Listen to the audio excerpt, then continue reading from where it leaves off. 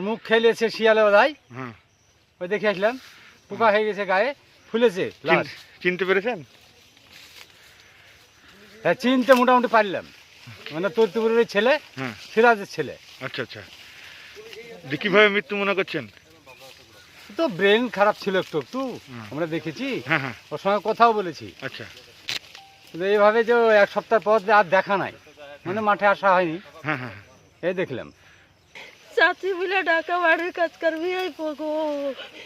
ও বেটা রে, কদিন থেকে নিখোঁজ ছিল? কদিন থেকে? আজ 5 দিন থেকে খুঁজে বেড়াচ্ছে বেটা রে। ও বেটা, কখন দেখতে পেলেন? এখনই নাকি? এখন আনু সবাই মানা করছে, তাও বলছি দেখে কার যাবো, তাই বলছি। ও বেটা, তো অনেক দিন গন্ডগোল থাকার পর এদিকখানে ভালো হয়েছিল।